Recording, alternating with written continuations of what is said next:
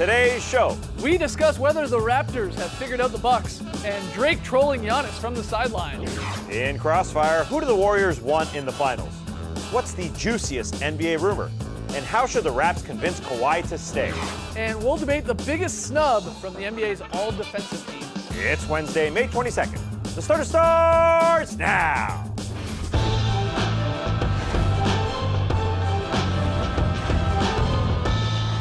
Good evening, sweet world, and welcome to The Starters, presented by Jack Daniel's Old No. 7 and Tennessee Honey. I'm J.E. Skeets, alongside me as always, Tass Mellis, and over yonder, that's the bearded one, that's Trey Kirby.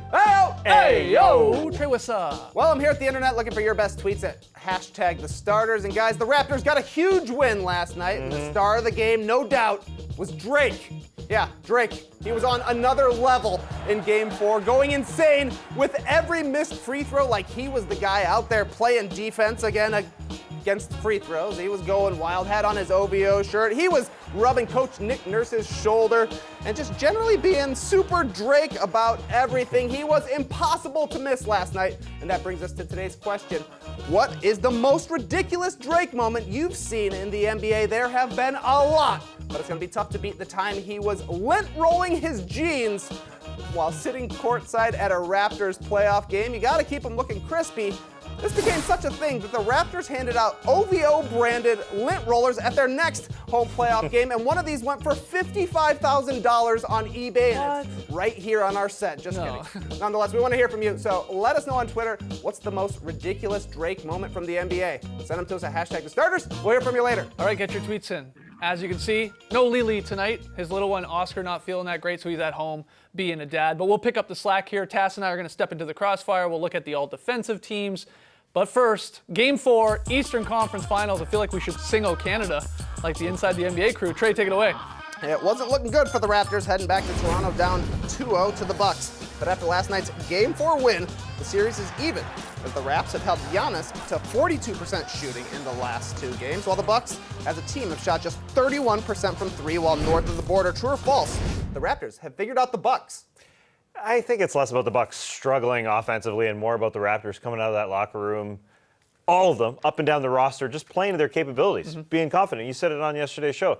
These guys just have to hit some shots, and they knew coming out of that locker room, Kawhi Leonard was not 100%. So true or false, Kawhi Leonard's injury is a blessing in disguise? Ooh. Oh, that's false. I'm just kidding. But those guys knew they had to pick up the slack. Right.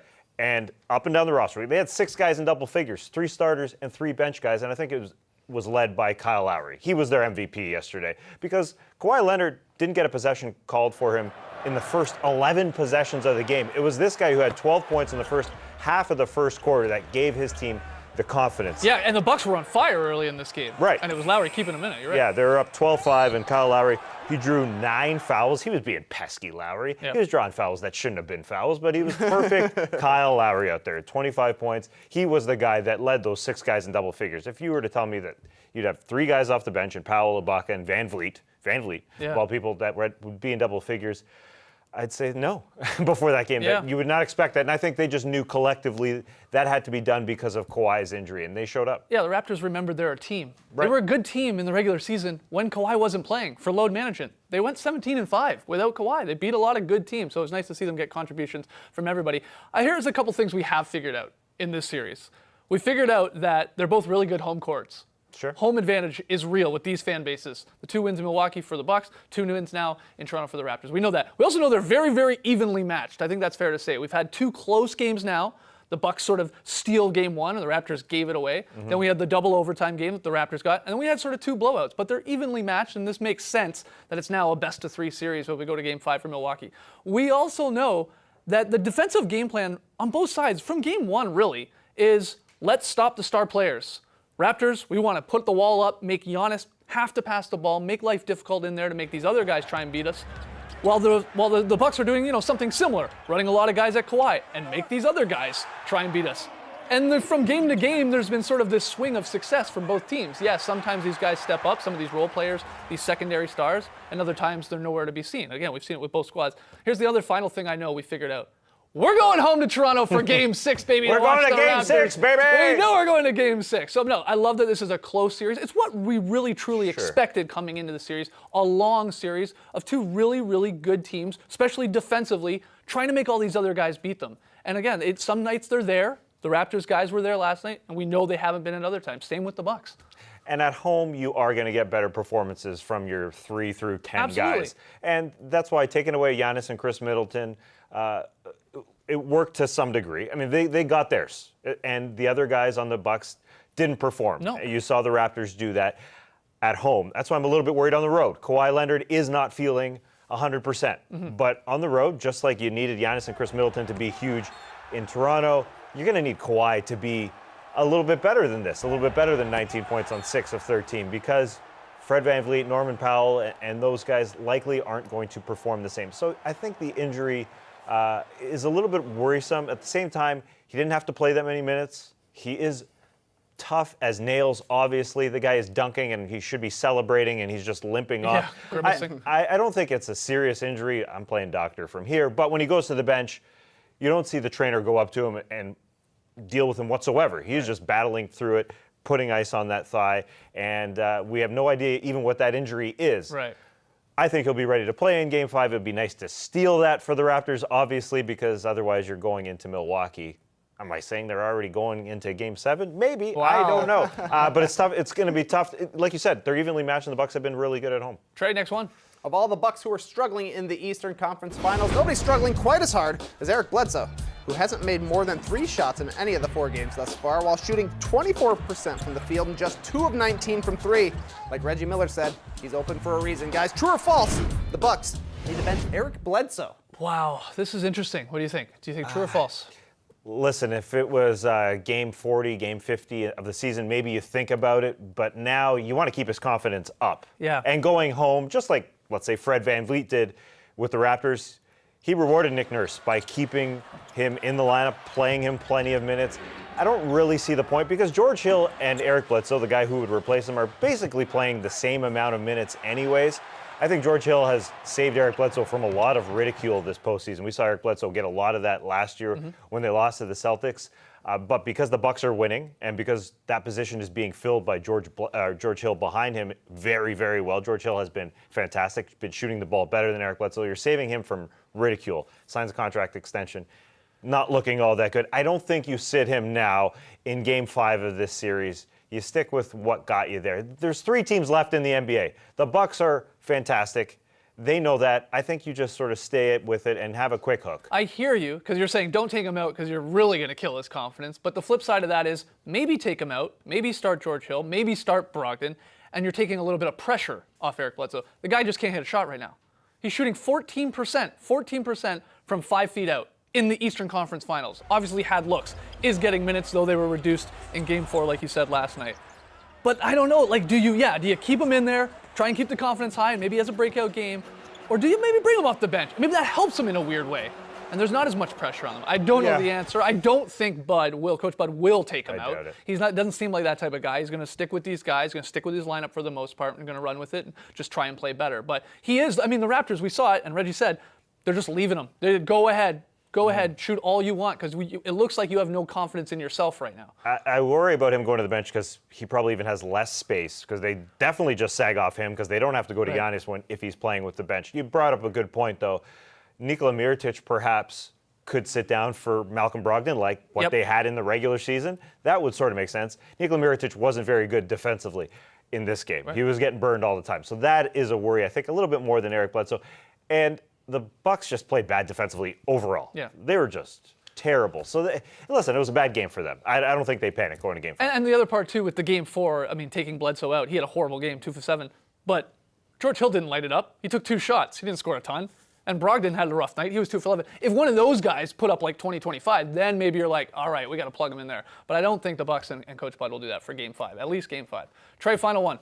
Drake was charged up last night, displaying some of his worst behavior while enjoying his courtside views for Game 4. He was so out of control after an airballed Giannis free throw that one of Giannis's reps tweeted that he'd never seen anything so disrespectful. He's upset! True or false? Drake needs to chill. No. Yeah. No. All right, listen, he's like the guy that you hate to play against, Yeah. but if he's on your team, you love him. Right. And you're Yeah, a you Raptors might fan, just- so you're pumped that he's there. He's Yeah. great for the Raptors fans. If I'm a Bucks fan, I despise him. Yeah. But isn't that what you want? Yeah. I think you're right. This is very on brand for Drake. Like, let's be honest. He's not. This is not out of character for him. He's gotten into it before with LeBron, Kevin Durant, Joel Embiid last round. Last year, remember he got into it with Kendrick Perkins. Now he's trying to troll Giannis. Holiday, Hey, by the way, it also Rodney worked a Stuckey. little bit on Giannis because he couldn't hit free throws. So maybe keep doing it when you're in Toronto. There, I find it a lot weirder, to be completely honest. The people that sit in the front row and just sit here like this. Like a playoff game, a big game. There are people sitting in the front row doing this, like they're like at a high school recital. You're at a playoff game. I love high school recitals. So You're gonna do be I. there. You're gonna be The there in kids put in Game a lot of 6. work. You're right. You're gonna be there, Game 6, front row. I'm not going to be in the front row. No, I won't be in the front row, but I will be standing for sure. No, I'm here. Ya. If you hate Drake, then you're going to hate this. I say you turn it up. I say Drake turns it up even more. Well, he got told last year when the whole Perkins thing was going on from the NBA to maybe like chill out a little bit. So we'll see. I mean, I think the he's- massaging is maybe a little bit much. Sure, but I think he is cheering. It is authentic cheering. Yeah. He is happy. He isn't like those Again, other people just he chilling. doesn't care what people think. What happens when the Raptors play the Warriors, though? Ooh, That's a tough one. that's He's true. got Yeah. Warriors players' numbers tattooed on his body. He'll just be cheering for everybody and trolling everybody. Can't lose. It'll be very weird. When we come back, step into the crossfire.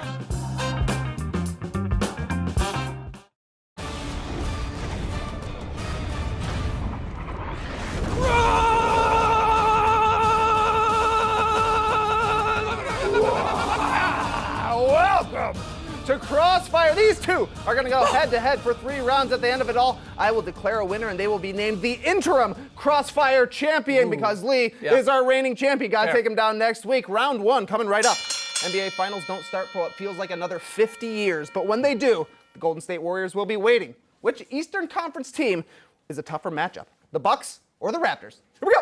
It's the Raptors. They beat them twice this season. I think they can kill them on the offensive glass, which hurts. They can slow the baby down. And also, and most importantly, Kawhi Leonard can have his revenge from 2017 when he was injured against the Golden State Warriors. They were up in Game 1 of the Western Conference Finals. Zaza stepped under Kawhi. He's been waiting for this 24 months.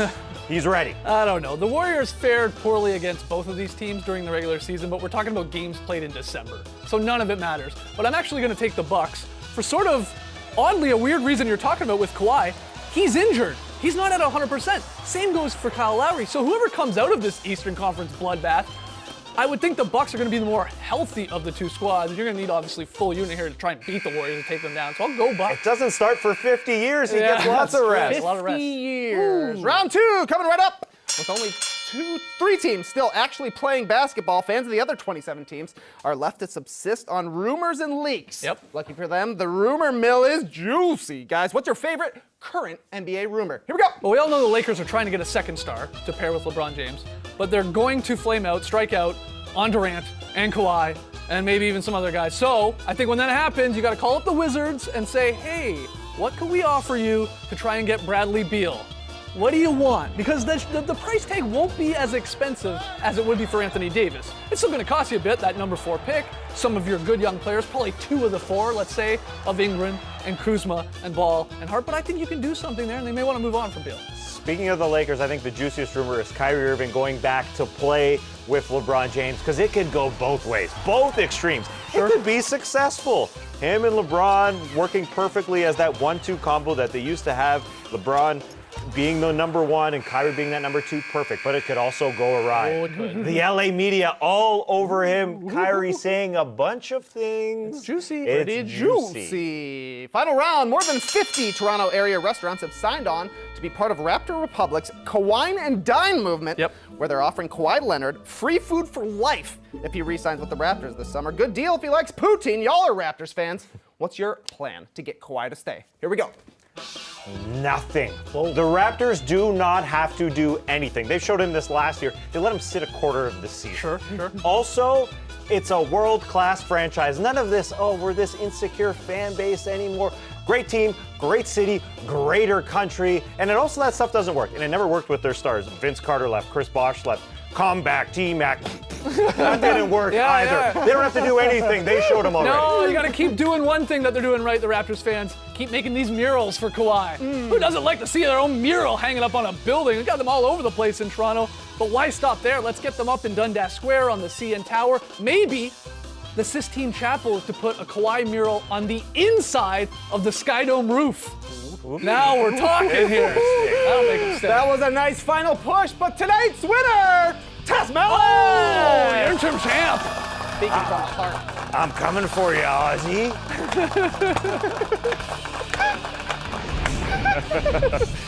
Shots fired at Lee. I hope you're watching, Lee. Rest No up. way. When we return, we're going to look at the NBA's all defensive teams, talk about some snubs.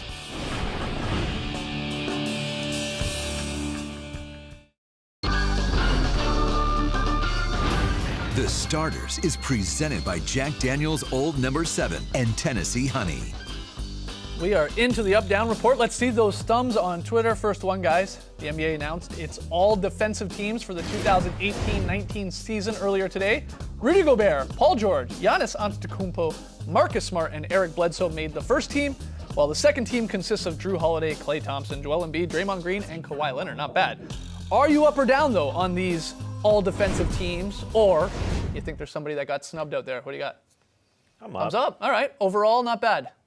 I'm happy for Klay Thompson making his first because his offense is sort of like his defense. When you talk about the offense with the Warriors, you talk about KD, you talk about Steph, and then there's some other all-stars on the team. It's like their defense. Yeah, Andre Iguodala is great. Yeah, Draymond Green is great. Right, and Klay right. sort of gets overlooked, but he is steady offensively and defensively. He's there He's on phenomenal both on ends. both ends, yeah. Yeah. Yeah, I actually think this is a pretty solid choice of 10 guys. The one guy that you could maybe quibble with, I actually kind of think, is Klay Thompson. Perhaps you would slot Patrick Beverly in there. He has a reputation as a guy who's all up in you, getting underneath your shorts, getting super in tight, making it tough for anybody to go around. But Klay Thompson, like you're saying, he doesn't necessarily have the defensive stats that people would look for, doesn't even necessarily have the defensive advanced stats. You just have to watch him, and you can tell his size and the way he moves his feet is pretty unique for a wing. You could have He's chill on defense Yeah, too. You know, Yeah. he's chill, just like his personality. Like he'll stay in front, but he doesn't go overboard. Right. You could have a solid all-defensive third team. I mean, I think we're talking like Miles Turner, PJ Tucker. I think Al Horford always has to be in the mix. Danny Green, Patrick Beverly. I mean, that's another great squad right there. Let's get three, just like the All-NBA Yeah, teams. why not? Why do we stop at 2? It is a little weird. All right, moving on here, guys. Next up,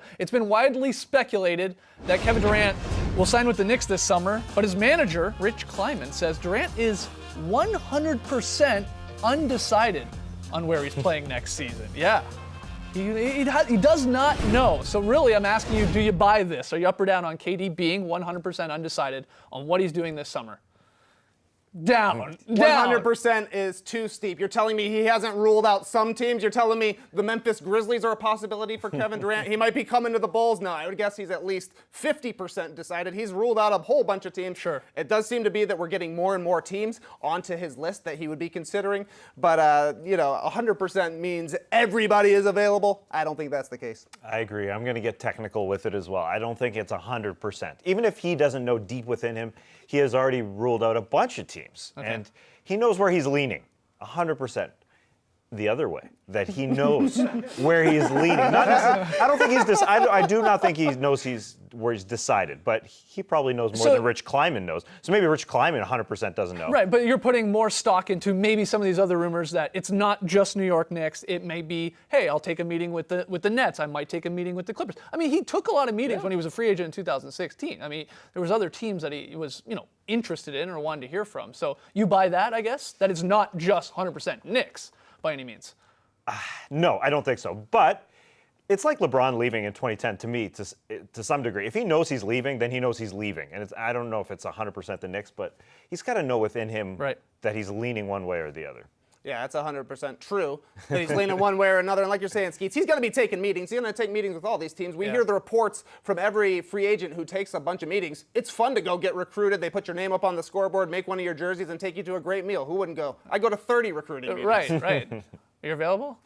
We'll see. What if the Jump calls us up and wants to take you out? Okay, we'll find out. All right, next one here, final one. According to Yahoo Sports, Chris Haynes, Damian Lillard and the Blazers are expected to come to terms over the summer on a 4-year, $191 million Supermax extension. Lillard would officially qualify for the Supermax if he's voted to one of the 3 All-NBA teams. That's a virtual lock. He's going to be first, second, or third team. That's a no-brainer. So, are you up or down on Lillard getting this Supermax deal? $191 million. 4 years. Yeah. He's deserved it in your eyes. His leadership has gone to another level this year. He propelled himself up into the level of elite, even if we were debating yesterday whether the Blazers are elite or not. He definitely is. Right. I think you can put him into the top 10 category of players, even though we don't need to rank these dudes. But at the same time, he can be a number 1 guy on your team. And again, he vaulted himself from a good player a lot of the time to a great player, I think, in this postseason. He showed that. And he's already a Blazers legend. 10th in games, 5th in minutes, 2nd in scoring. When he retires now with, once the Supermax is locked in, he's going to retire as the best Blazer ever. He's going to be instrumental in bringing LaMarcus Aldridge back to the Blazers, which will happen after 2 seasons when his contract is done with the Spurs. You might not like paying Damian Lillard $40 million when he's 34 years old, but he can still shoot from 30 feet out when he's 34. It'll be fine. All right, these guys say Build him a statue. no brainer on the Supermax contract extension. Let's hear from you guys. Jump on Twitter. What do you think? Thumbs up or thumbs down when we come back?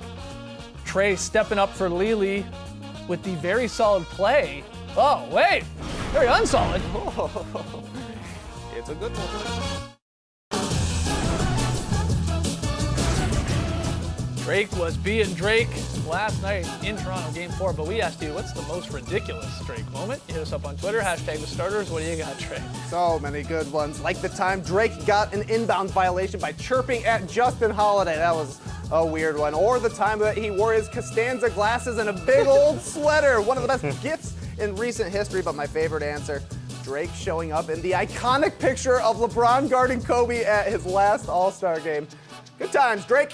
Good stuff. All right, no Lily here tonight. Trey, you got the duties of the very unsolid. Oh, that's right. Skeet's a bit of a weird one here. Norm Powell almost turns it over, but Marc Gasol saves it right to Nikola Mirotic. But wait, there's steady Freddie Van Vliet takes it in for an easy layup. This looks like it's going to be a turnover once, and then it is. And then it's another turnover. Oh boy, but there's Fred doing it for his baby boy. They didn't mean to do it, but that's what I call a very unsolid play. Well done. We also have a fan sign. It comes from Partha Paul, who saw a heck of a comeback from the Warriors a little while back, Game 2 of the Western Conference Finals. It was such a good comeback. It took him several days to send this in. Hashtag buckets and chill, as Partha Paul says. Partha. Great sign. That's it for us tonight. No basketball on tonight, but we're going to go to our little rec league run here, so maybe we'll have some highlights. See you there. See you tomorrow, guys. Brace the night, people.